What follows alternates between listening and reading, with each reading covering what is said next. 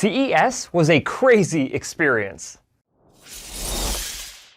Hey guys, welcome back to the Dr. Cliff AUD vlog. This is vlog number 152, and today I'm going to be talking to you about my experience at CES this past week. And it was crazy, but before I get into it, if you could do me a huge favor and click the like button, really helps out the channel. You know I appreciate it. And if you're not subscribed to the channel yet, go ahead and do that as well, and hit that notification bell so you get notified every single time I publish a new video. That being said, I do really appreciate it. Now let's get into okay, why did I go to CES? So the Consumer Electronics Show is in January pretty much every year. I think maybe with COVID they canceled it or cut it short before, but it was back in full force this year. I did talk to some other people. They said it wasn't quite the turnout that they typically see at CES, but we'll see what happens next year. Nonetheless, this was still by far the biggest conference I've ever been to. Technologies, crazy tech across the board. Got a chance to walk around for a couple of hours, but I was really there on business.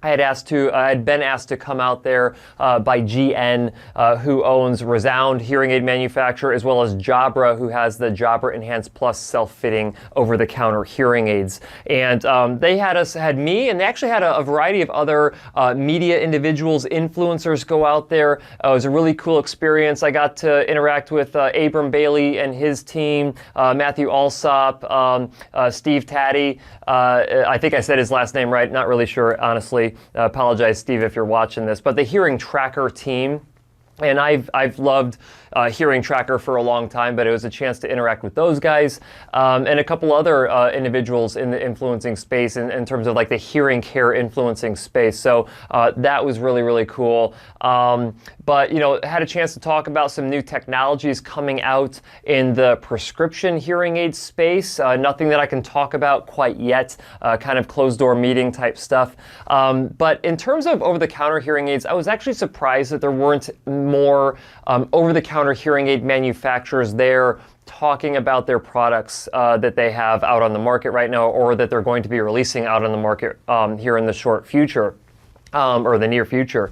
But had a chance to, right off the bat, I think the first booth that I went straight for was the HP booth. Now, if you're not familiar yet, HP is coming out here really soon, in the next month and a half, with an over-the-counter hearing aid. And basically here, the company Nuheara, who had the IQ Buds Squared Max, or the IQ Buds Max Squared, they basically, I think it was a licensing deal that they did with HP to kind of get that brand recognition, and then launch their over-the-counter hearing aid through that. But you can tell it's a very similar form factor to what they had with the IQ Buds, which is really cool. And had a chance to speak with David Cannington, who was one of the original individuals with Nuheara, getting that product to market. And they've been out for a while now, the IQ Buds have, for several years. And they've been going to conferences like crazy and winning awards like crazy for their tech. And then also had a chance to interact with Eargo. Now, I know that Eargo's had a rough go with everything that happened from a legal standpoint, but I had a chance to interact with some of their team members and some of the researchers that they have, developing their products. And I feel like they've got a pretty decent product going on there. They're going to be having the Eargo 7 coming out here soon. I was able to speak with Christian, who is their CEO, to try to arrange me getting that product before it's launched so I can go ahead and do a review. So that review is ready on launch date. And then the other thing that I think that is really cool about this is that I'm trying to arrange where I can actually sell these products, right? So it takes a lot of my time to do, product reviews, and it takes a lot of my time to do content around certain products and features that you guys need to know about. And it's hard to justify my time if that time isn't compensated in some way, shape, or form. Just like you wouldn't want to go to work on Monday and not get paid by your employer, I need to make sure that when I'm taking my time and allocating it towards different projects, that there's compensation happening to justify the cost of my time. Now, you guys know that I never take a penny from a manufacturer to do a review. I will do a review on their products with no compensation whatsoever. Obviously, I get other benefits from that in terms of viewership and stuff like that. But if companies want to sponsor me, then I'm happy to do sponsorship stuff. But after I've told you everything that I like and do not like about certain products, and there are definitely pros and cons about all hearing aids, not just over-the-counter hearing aids. But I've been able to arrange these conversations where now I'm going to be able to have these products listed on hearingup.com. So you guys can go to my website. I already have some over-the-counter hearing aids available on hearingup.com. But I want to have every single possible over-the-counter hearing aid that is a quality over-the-counter hearing aid on my website, hearingup.com, and have you guys be able to go and know that you have a trusted source or trusted location to actually purchase these products from, and then maybe even provide you with some additional ongoing support from us, not just from the manufacturer that you purchase it from. Now, all of that stuff is a work in progress. We're still trying to figure this out. Right now, it's kind of like a mad scramble. No one really knows what's going on, I don't feel like, in terms of how to retail these and ensure that people have success with them. And then if they don't have success, what the process is, what's the next step? Because these individuals still need hearing treatment. It's just that over-the-counter hearing aids weren't right for them. So we have to figure out how to navigate them to a hearing care professional to get prescriptive level care. And like I said a little bit earlier, I'm surprised that there were not more over-the-counter hearing aid companies there. Now, I know it's an expensive endeavor, and let's face it, I don't think that over-the-counter hearing aids are going to be like a gold rush, to be honest. I think that there's going to be people who make good money working with OTC or selling OTC, but I don't think it's going to be like, oh my gosh, multi-millions of dollars that these companies make. And so it's probably not massively justifiable to have like a big booth space at CES because it is extremely expensive to showcase your products there. But it's also a really good way to get press and get attention and to have people be aware of your particular products. One thing I was actually confused about, Sennheiser is actually launching, it's not an over-the-counter hearing aid, it's like a hearable that is designed to improve like signal to noise ratio by I think 4 to 5 decibels. But I'm confused at why they wouldn't just go all the way.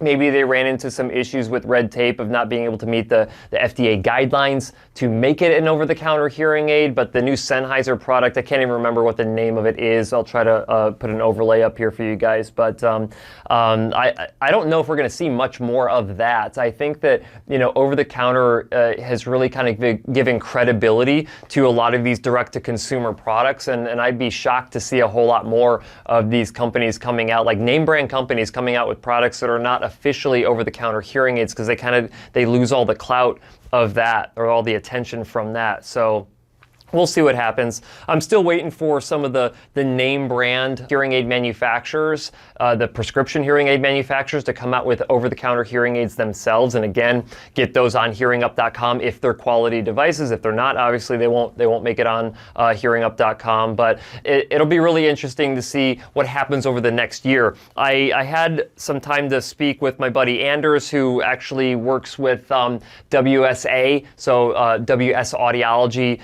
Think of Sony for this, because that was where the partnership happened there with Signia, Widex, and Sony kind of partnered up to create the Sony CRE C10 and the Sony CRE E10 over-the-counter hearing aids. Had a chance to talk to him. We're going to be doing a sponsor deal with Sony and their products, because I've had a chance to check them out, and they are rock solid products from an over-the-counter standpoint. And just to kind of talk about what we think is going to happen over the course of the next year, and really time will tell. It'll be interesting to see what the hearing aid, the over-the-counter hearing aid adoption rates are, if they're going to end up spiking and being really, a lot of people trying them out, if it's going to be more of like a slow burn type thing where people are still trying to figure out, like, is that right for them or not? But it was really cool catching up with him. It's been a couple of years since I've had a chance to interact with him directly. I mean, we've been messaging back and forth periodically, but it's been a couple of years since I actually saw him at a AAA conference, honestly. So it was good to catch up with him, and in a variety of other individuals too, and to see some people I haven't seen since pre-COVID. So that was a really cool experience as well. And then, like I said, just the overwhelming nature of all the stuff that I got to see there.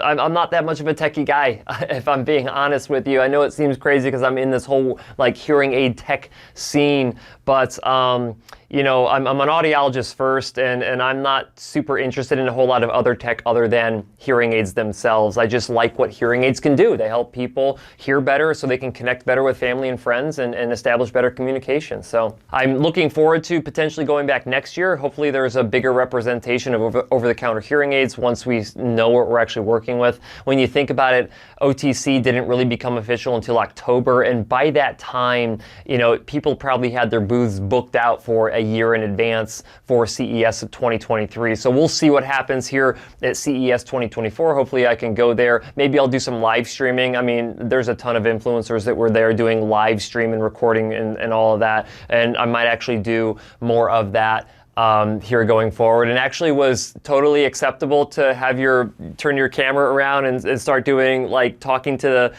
your phone. Everyone understands what you're doing, and they know not to kind of like walk behind you when you're trying to showcase stuff that you're trying to do a selfie of. It's really cool to kind of be in the same ecosystem as other like-minded individuals who are also interested in whatever their focus is from a tech perspective. So hopefully you guys enjoyed this vlog. I'm really excited to see what's going to be coming out here early in 2023. Make sure that you're staying tuned to the channel and as well to these vlogs. And as always, guys, I'll see you next week.